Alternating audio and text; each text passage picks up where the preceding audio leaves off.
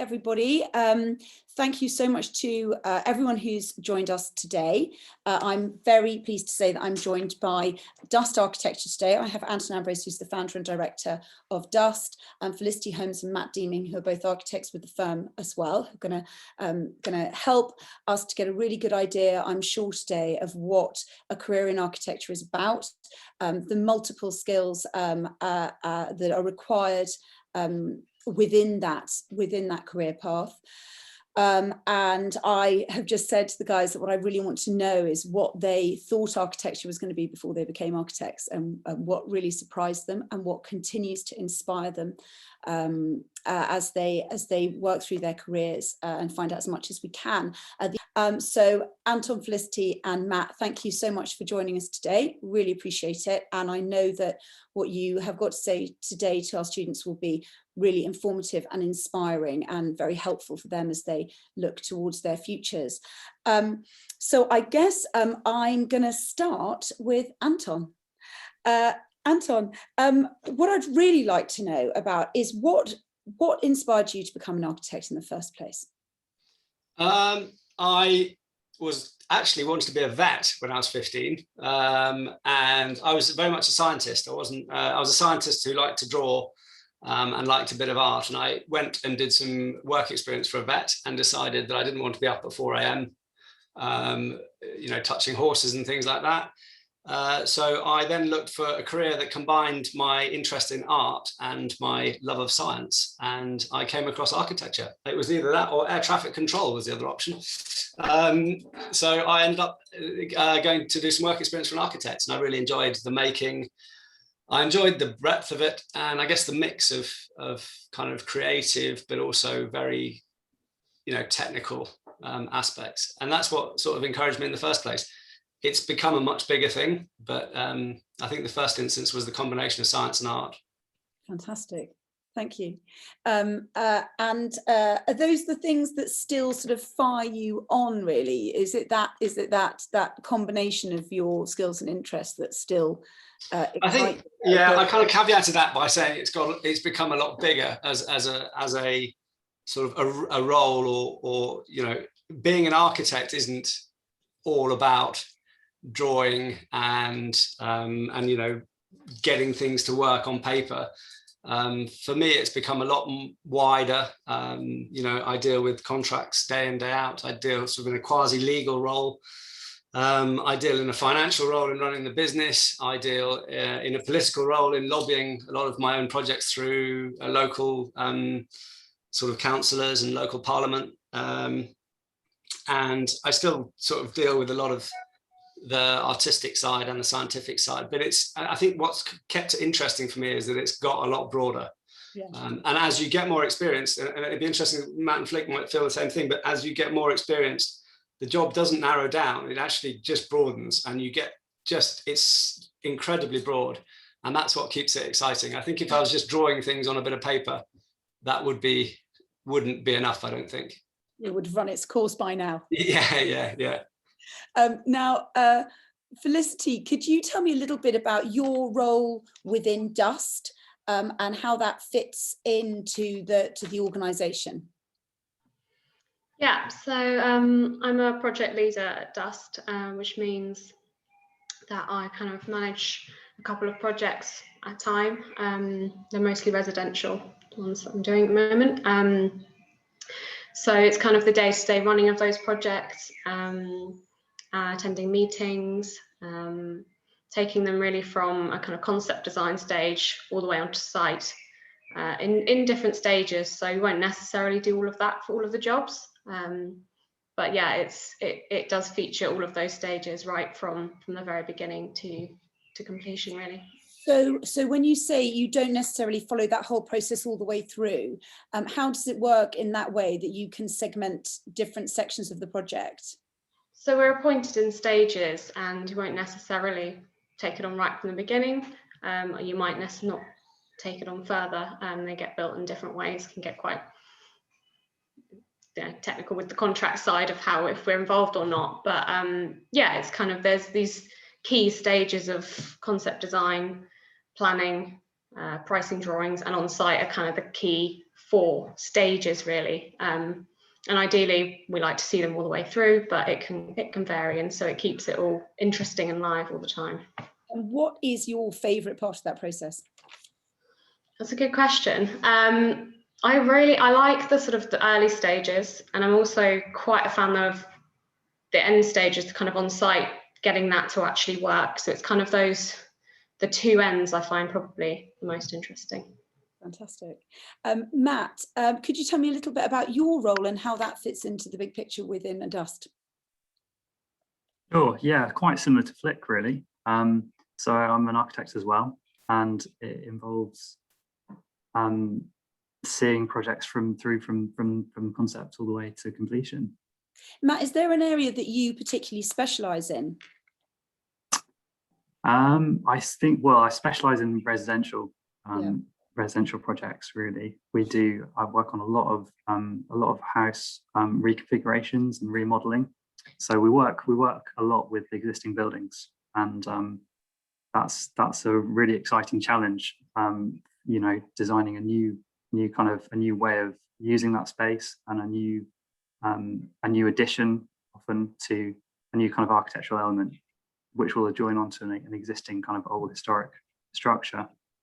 So, as the same question I asked Anton, really, what was it that inspired you to become an architect? when I did an art foundation, I wasn't really sure what I wanted to do. I wanted to do something creative. I knew that much, but I didn't know exactly what I wanted to study at university. So it was really through the art foundation. It was through doing, you kind of explore a number of different kind of creative professions and creative sort of avenues you could go down. I got really into sculpture and 3D design. Loved being in the workshop, making stuff, kind of seeing stuff happen in 3D, and that sort of led me towards architecture. And so then I applied for university, and then enjoyed it, because with architecture there's a number of different stages to becoming an architect, the number of different degrees you'll need to do to become a registered architect. So you'll kind of have opportunities to kind of maybe change careers if you're not really enjoying it. But I really enjoyed it, and went all the way through. What other career paths were open to you? Where were the points that you could have branched off and done something different? And what were those things? What were the things that maybe piqued your interest that you decided not to go towards? But I think I wasn't really tempted by other kind of opportunities.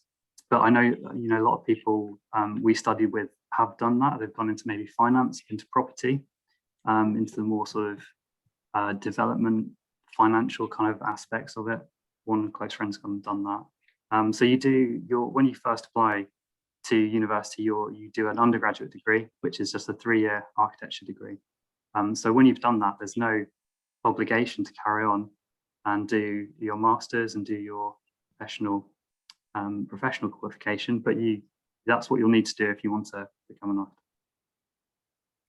Brilliant.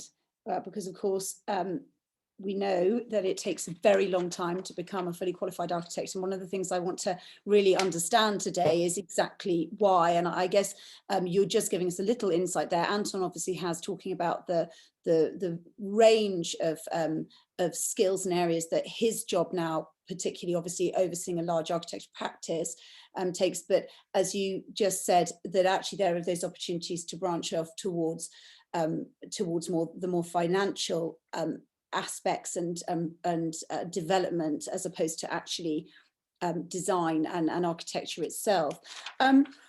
Felicity, how long have you been qualified for?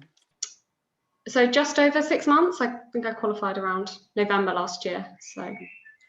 And yeah, what are the things as you've moved through the development of your education, and obviously 7, how many years did it take you to complete your qualification? Because I know technically it's 7, but I know often it's much longer. Yeah, so I did mine in 9, which involved an extra year of work at each kind of break stage between uni.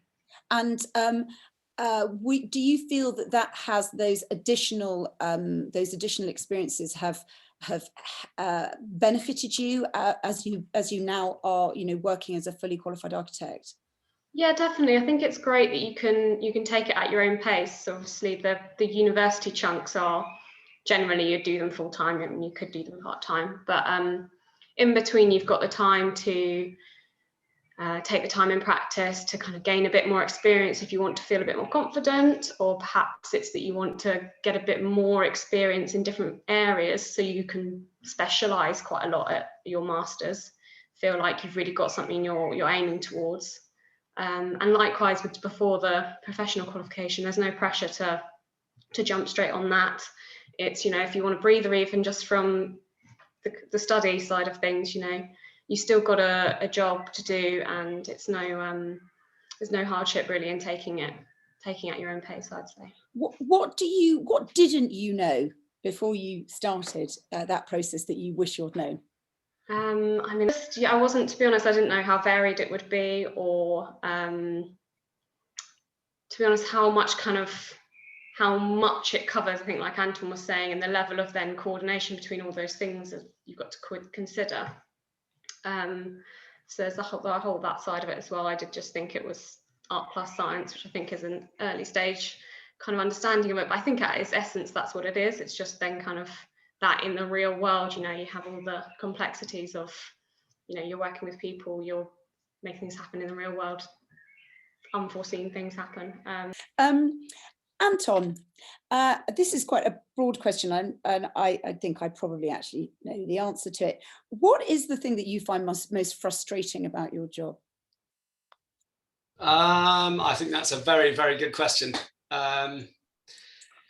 I think it's probably the unpredictability of it, to be honest with you. And a lot of that is to do with the fact that, you know, we largely work with existing buildings, and they're extremely complex, and you can never tell what you're going to find when you open up a building, and the unpredictability of things, and also how things, it's like a domino effect with construction and architecture and design and buildings, right? So one thing goes wrong, it's like a butterfly flaps its wings over there and the building falls down over there.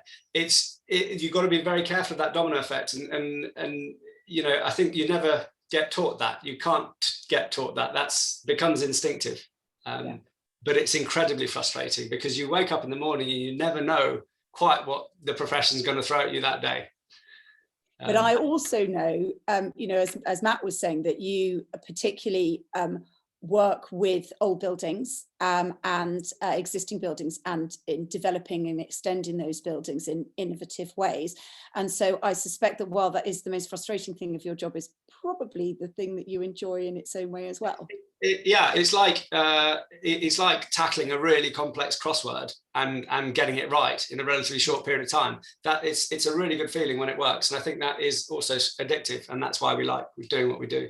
The more complex, the better, right? That's kind of the same thing, and that goes through university as well. When you are studying, the more complex the project you work on, and you know, almost the better it is. And I think we all are slightly addicted to those complex problems. I would say anyway. I don't know if you guys agree, but.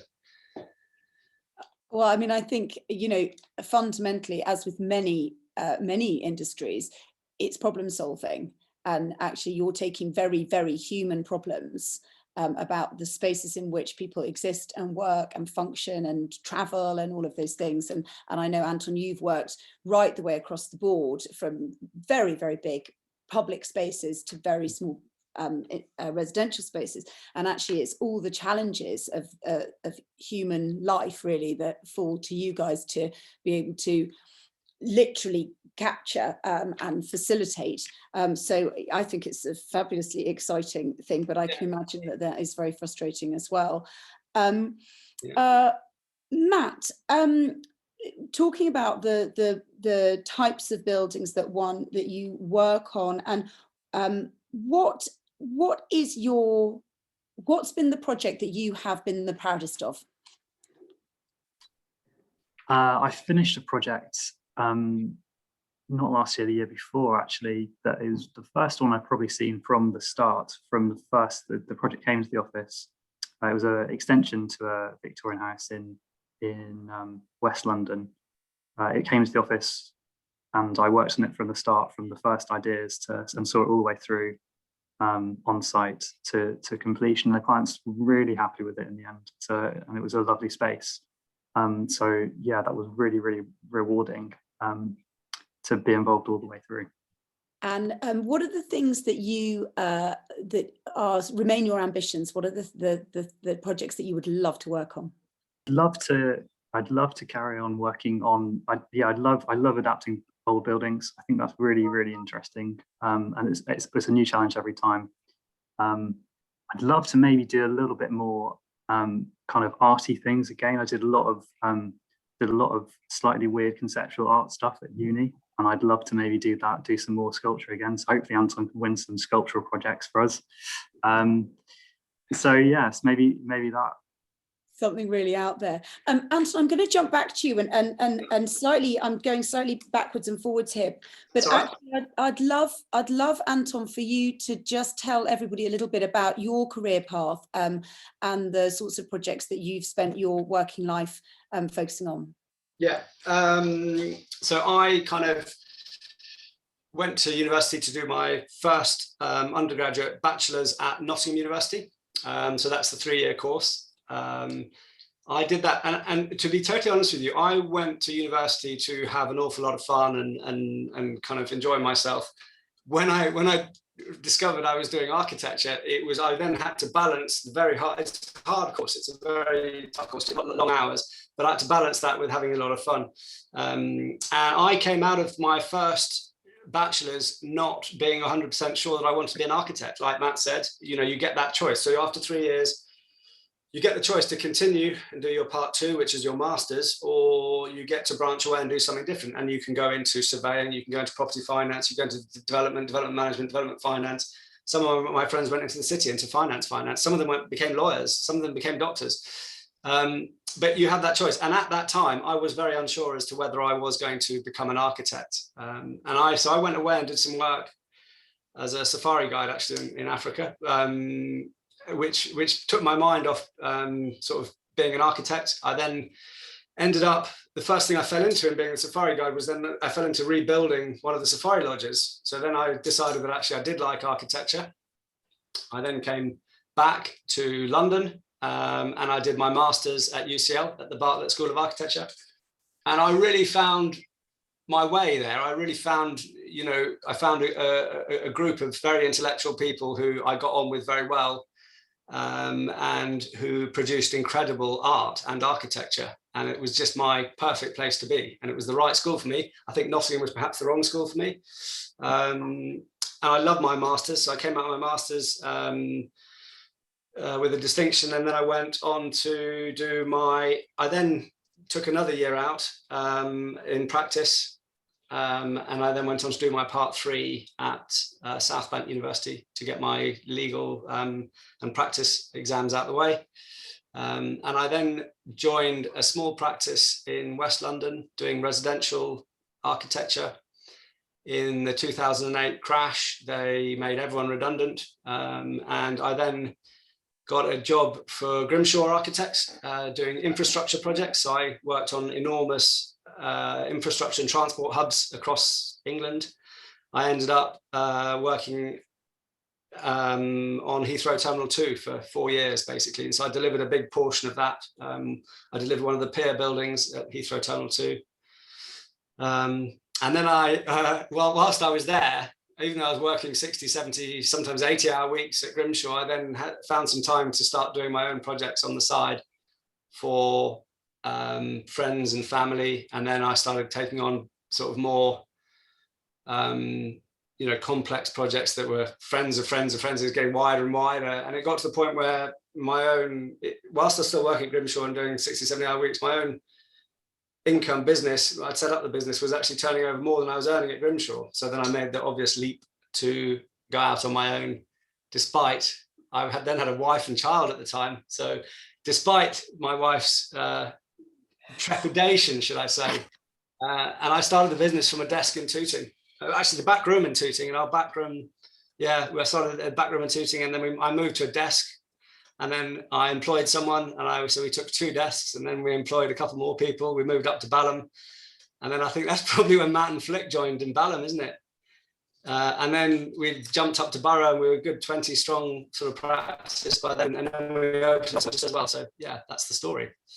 Fantastic. It's really interesting to hear you say, and I think it's really interesting for young people approaching careers, whatever their career is going to be now, to hear you say that actually at the end of that process in Nottingham, you weren't entirely sure, and that you're not sure that was the right university for you. Obviously, it's a superb university and an excellent course, but I think it's a good lesson for people to understand and be aware that actually, you know, keep going and do try again. And just because it doesn't necessarily feel entirely right in one place, it doesn't necessarily mean that that's the end of the road. And actually, if it's something that burns in you, or it's still your interest, it's worth. I always say this to, you know, other people who we obviously have a duty to kind of help people into architecture as part of our sort of RIBA status. But what I always say is, you know, never think that any decision you make is final, right? Just go for it, see how it is, take it on, do the best you can. If you don't enjoy it, fine, you can move on, something else. Inevitably, what ends up happening, it's like a funnel, right? Your career is like a funnel, and it gets sort of shaken about and funneled in, and eventually you end up in the right place.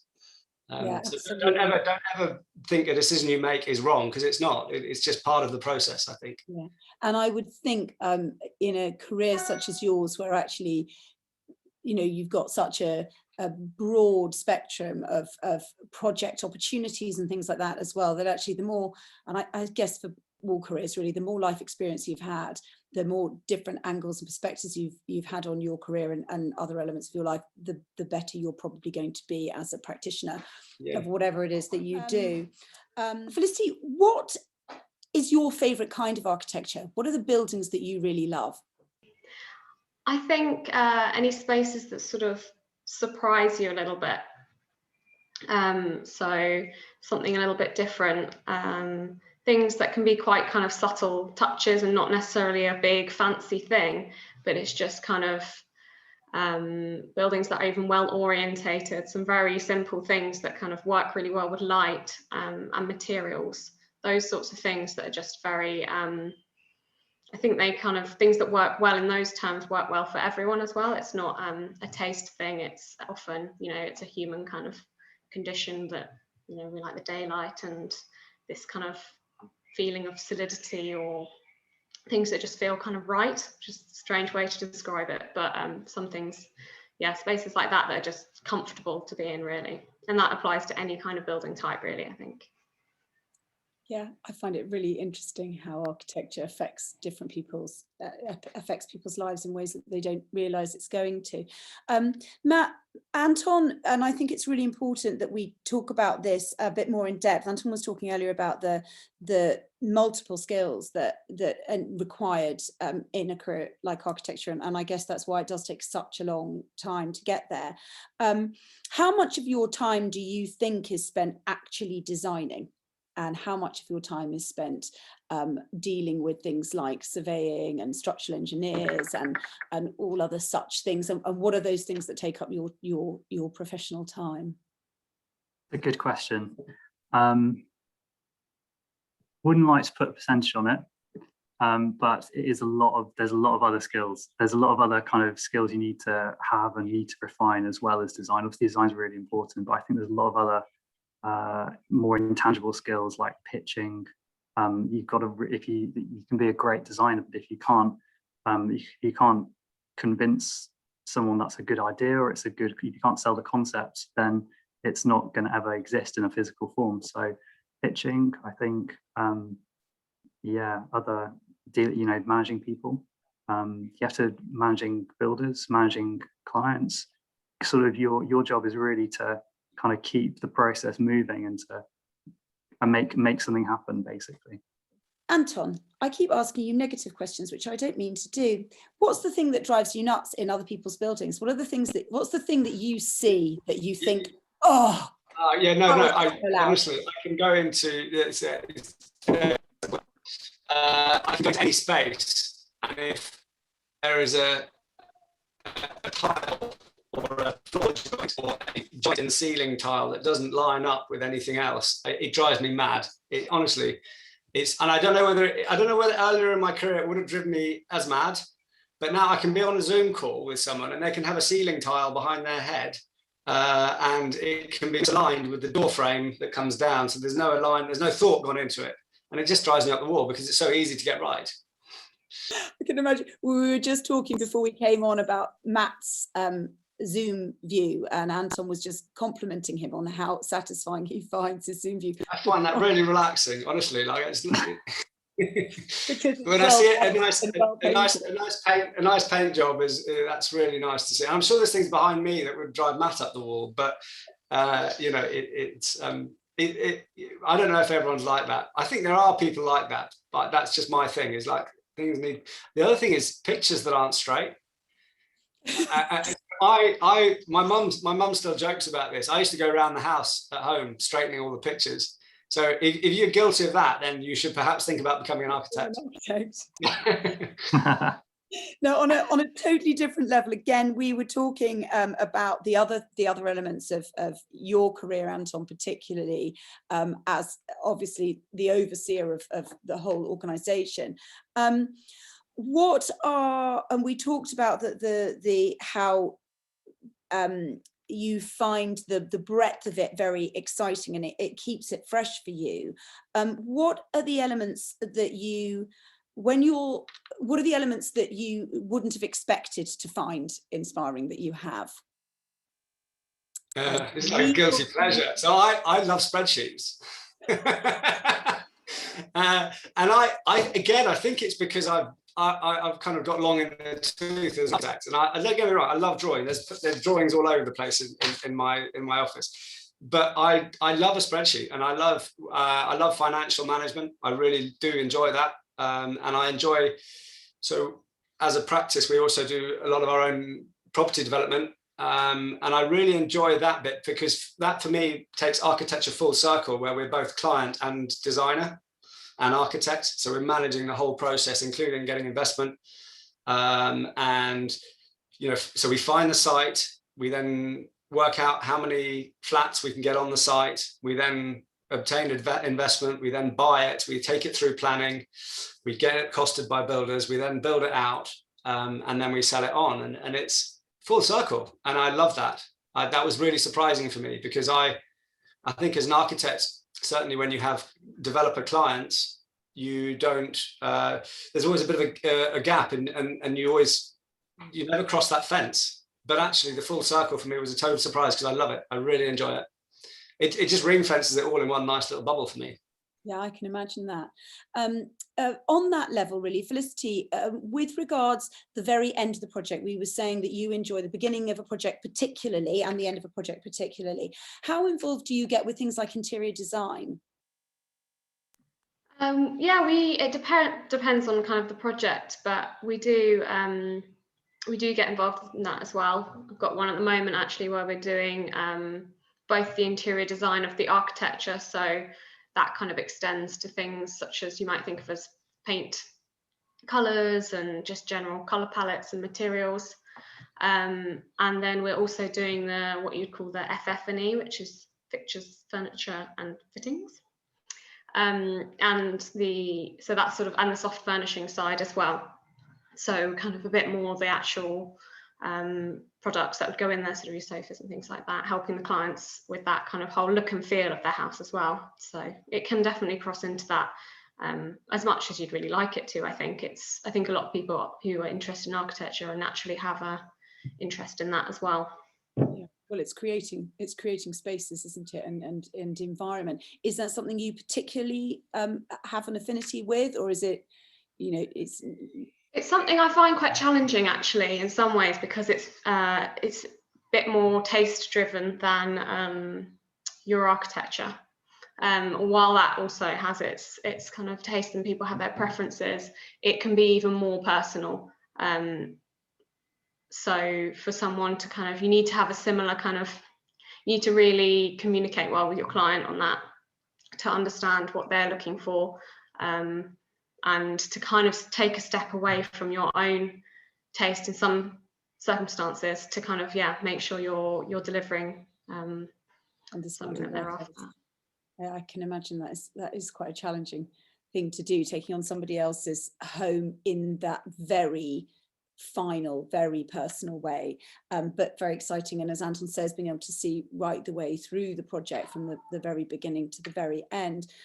A question that I asked Matt earlier, Flick, was a career high for you. What's the project so far that you've been most proud of? I think, again, it's ones that I've seen through the longest, really. So I still haven't had one go all the way from right at the beginning to the end. So the one that I've got on site at the moment, where we're also doing the interiors, is probably the one I'm finding most kind of personally satisfying. And I think it's also that you learn even more about kind of the process by seeing you learn more about the earlier stages by seeing the later stages, which you might not kind of think of. Basically, you kind of realize something that you could have put in, you know, and how the whole picture comes together. So for me, that's things like that are the most rewarding. Yeah, I bet. Now, as the person who is most recently qualified and come into full practice, what are the things that you would be advising young people who are approaching a career in architecture right now? What would be your top tips? I think, to touch on what Anton mentioned and his choice of university, I think I'd definitely take a good look at the universities. I think with architecture, it varies more perhaps than other courses in terms of how they run their studios. And you might love wherever you went because you love the subject, but they have quite different approaches. So I'd say definitely take the time to look around and look at the kind of the way they structure their course. It can probably feel quite overwhelming as someone who doesn't know really anything about it. I mean, I didn't either. I think I was lucky with where I ended up, that it suited me. But yeah, so I'd say, yeah, have a good look around when you're choosing. I think, like, yeah, just get as much information as you can and try, and if you can, do some work experience as well. Do that, although be aware that it varies quite a lot from a small practice to a large practice. Absolutely. Well, that's one of the things that we hopefully are able to enable students to do at some point during their training, at least. Matt, are there any particular character traits that you feel are ideally found in a good architect? One, but I'm not sure it sounds that positive, and I would say resilient needs to be one. Yeah, I think you know, you're kind of really trying to see something through, and you've got to kind of hold on to that initial kind of the essence of the project, and you've got to kind of guide it through. So other people not personally, but you know, things might come at it, and yeah, you need to be prepared for, you know, holding on to something and knowing what to champion, really. Yeah. Having clarity of vision and being able to hang on to that no matter what is thrown at you. Yeah, I can see that. I definitely agree. Yeah, Anton, obviously I would imagine now recruitment is probably quite a major factor in your day-to-day. So when you are recruiting at different levels, and if you're bringing on somebody very early on in their career, what are the things that you would be looking for? Who are the students that have stood out to you? What have they brought to the table? So it's a really interesting one, and I think too many students spend too long on their portfolios, and actually what we're after is a wider skill base. We're really after people who want to work, are interested in our projects, and are going to fit into our team. So it's actually, you know, we have in-house training, and most practices do, and we can train people to work to a level that we would expect. What we can't train people to do is have the character and the resilience that Flick talked about that we would want. And I think the first thing that I generally look at is you know, how is the individual going to perform in a practice, working very closely with people? What are their people skills? And you know, they're calm and kind of, you know, they're going to have to work under pressure. Is that going to be a problem? It's those sort of things. And I actually, you know, I touched on it there, but the people skills is so big in our industry, and we hadn't really talked about that yet. But you know, the best architects at college are not necessarily the best architects now. So I was, you know, 25 years later, the most successful architects right now are people people. They're not the best. They weren't the best at college. The best at college have faded away. The people who have really succeeded have been good people. So yeah, don't forget to talk and present and get comfortable, you know, kind of, as Matt said, presenting your work, communicating. Those are the skills that we need. Yeah, well, I guess exactly as Matt said about needing to pitch and be able to get your product across and make sure that that is the most appealing one on the table. But also, as we were saying earlier, you are creating environments for human beings to function. And actually, you've got to have a really good understanding of who those human beings are and how those environments need to function for human beings. And actually, if you don't understand people, and you're not able to get under their skin and understand what their needs are, then you can't possibly hope to create something that is actually, and ultimately buildings are tools. They're amazing, hopefully beautiful, inspiring tools and environments. But, you know, as Felicity was saying about the effect of light and comfort in a space, that's all about the human process and the human interaction with that space. And ultimately they can look as lovely as you like. If human beings can't interact in them well, in whatever way they need to, they're going to fail. Yeah. So I can see totally how, and then you've got to scientifically and technically enable those to happen and make them attractive, and keep them standing up. Yeah, and yeah, I mean, making sure they're built. That's the whole. That's it. Yeah. In a nutshell, that's it. And hopefully they're still standing in 200, 300, 400 years time. So, you know, I can see, you know, in a technical sense, and actually when one of the areas we haven't talked about are things like structural engineering and things, which I know obviously must be a you know, significant factor in what you have to do. And, you know, actually, how does that work within your practice? How much do you learn about that within your training? Obviously, none of you have gone on to become structural engineers, but how much of that is within your training as architects? Anton. Yeah, so as architects, and you know, you're talking to the one who's sort of slightly longer in the tooth, so it may well have changed. So it's probably worth asking the same thing to Flick and Matt, but I was really taught the physics of buildings. I was taught how these things stand up and how those physical and the calculations that we need to do. So in your first year at university, up till second year, you are taught about the maths and the science and the physics behind those buildings. You can do structural calculations. You know, we are taught that. But by the time you get to finishing it, you realize that was just providing us with a foundation from which to then be able to go and play with it, right? So then once we have that very solid foundation, we then go and play with it. The structural engineer doesn't. They kind of, well, they do go and play with it, but they go and play with it in a very technical way. We go and play with it in a design way. Flick, was that how it was taught to you a few years after Anton? Just a couple. Yeah, I think it was more kind of a logic that you learn is kind of that we think we might have done some calculation, but I can't remember doing anything too kind of nitty gritty.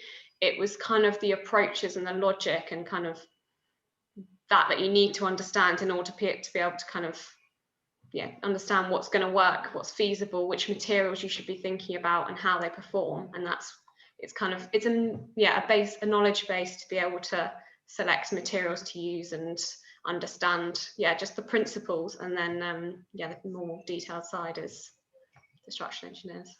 And Matt, would you say that was the same for you? Yeah, exactly the same. Yeah, so it's essentially like Flick says, it's a foundation. It's sort of knowing how things are going to react in certain situations, so you can come up with a concept for the building for how you think it's going to work, and then you can have an informed discussion with an engineer who can then do all the calculations. So we're not really, we don't really get involved in any sort of calculations. It's more sort of coming up with a kind of concept that can be taken forward and sort of worked out by them. And it can be quite collaborative when we get into the later stages. Well, I was going to say, because you can't be presenting something that's not buildable. We try not to. That's the thing. Although it's good to push boundaries as well.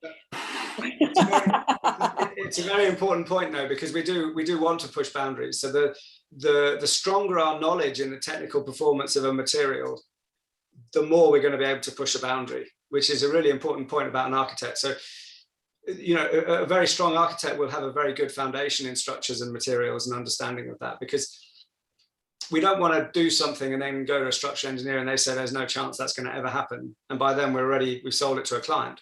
You know, we've got to make things that work. Yeah, I suppose there's a bit of chicken and egg there, isn't there? There is, yeah. And people get it wrong as well, so you know, yes. Now, folks, we've done really well. I think we've covered loads of interesting stuff. I could talk to you all for hours about what you do, because I think it is fascinating, and I think the creation of human spaces that we all exist in is really fundamental and fascinating. Very quickly, I'm going to ask you a couple of more questions, but if anyone has any questions to put to the team here, then please do pop them in the questions section and I will ask, but we may well have covered everything and we may have nothing more to add. But Anton, I did ask Felicity and Matt this earlier, but are there buildings that you particularly love that are your the buildings that give you joy? Public buildings that or private buildings? I'm trying to think if there's a public building that gives me joy. I think the most joy that I ever had from a building was the Jewish Museum in Berlin. I think that's absolutely one of the most powerful buildings I've ever been in, and that there's nothing in it. It's just a memorial, but it is a very powerful building, and that makes you realize the power of space and manipulating space and light and materials, like Flick was talking about earlier. And if anyone ever gets the chance, I know we can't travel and haven't been able to travel, but if you do get the chance, go and have a look at that museum, the Jewish Museum in Berlin. Unbelievable. What particularly about it is affecting, do you think? So it's like a journey through all it is it's a memorial, right? So the building is about a journey through a series of spaces, but those spaces go from being very small and compact to being, you know, 5 stories high, to having no light in them, to having a little strip of light that you follow around the building, and it's just literally some of it's sunlight, some of it's artificial light, some of it's then becomes daylight. It's just playing with your mind in a way that architects are taught to do but never get the chance to do. And it's by Daniel Libeskind, the architect, but it's a brilliant building. So it's a story in a building. Yeah, and a memorial. I mean, not many architects get to do those sort of projects, so don't, you know, but it's worth going to see because it will teach you light and what architects are trying to do. Fantastic. It's really yeah, really interesting. And actually, you know, we don't talk about or think about architecture as a sculpture in that way so often. And I know Matt's gagging to get his mitts on a project like that by the sounds of it. And I expect they are few and far between, but wonderful to be able to have an example of what can be achieved and trying, I assume, you know, then trying to bring flavors of that into more day-to-day structures. Yeah, interestingly, just very quickly on that, because there are bits of that then translate into Terminal 2 in Heathrow. So that journey, the idea of a journey, is very key. Yeah, and what I would imagine with a public building like that, where people are literally going on a journey, actually in many ways you might have more opportunities to do that than maybe in some other projects. So yeah, I can see how that would work. Listen, thank you so much. It's been absolutely fascinating talking to you and learning so much about what you do. And I know it will be of great value to the students who access this at a later date. So thank you all very much for your time today, and I look forward to speaking to you all soon.